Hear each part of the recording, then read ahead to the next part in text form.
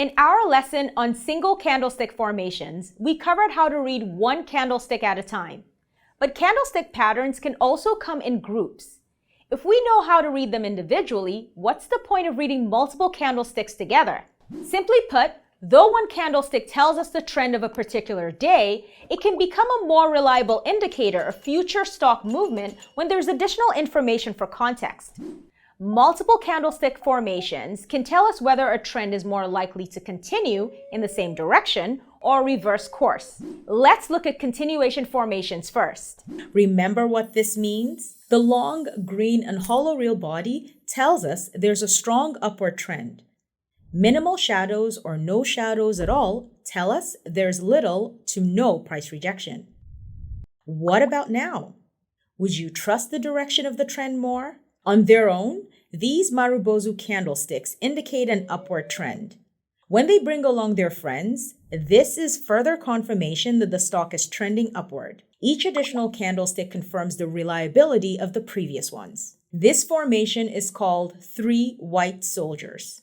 The opposite of this formation is called 3 black crows. It gives traders further confirmation that a trend may continue downward. Now, let's look at reversal formations. Remember this candlestick? The small, green, hollow body of the 4th candlestick and the long lower shadow tells us that the sellers try to pull the price down, but the buyers pushed it back up. Even though the upward trend is not as strong as with a Marubozu candlestick, the position after a strong downward trend tells us that the sellers are losing steam. When this candlestick appears after a downward trend, it's called a hammer, and it tells traders to watch for a potential reversal upward.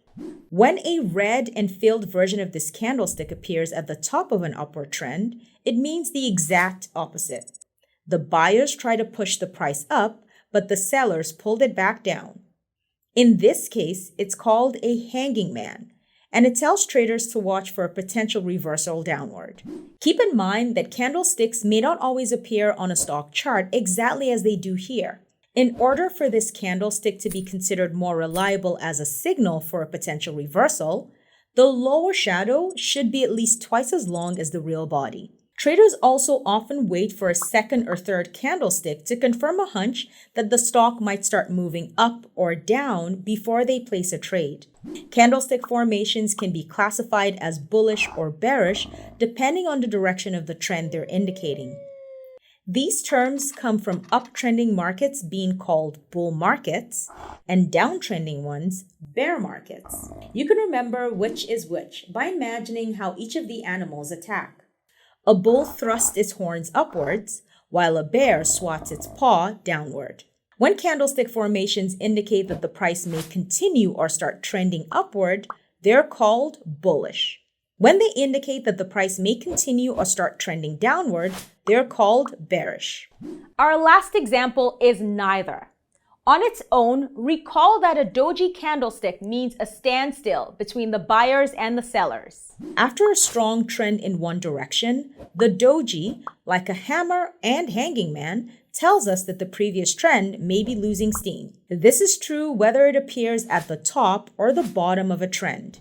Again, many traders wait for more confirmation candlesticks before placing a trade, as one doji alone only signifies a potential reversal.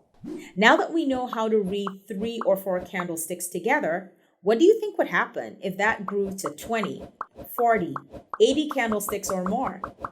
We're now entering the domain of chart patterns. Watch our video on patterns to find out how to interpret the many shapes that dozens of candlesticks form and how traders use them to identify buy or sell signals.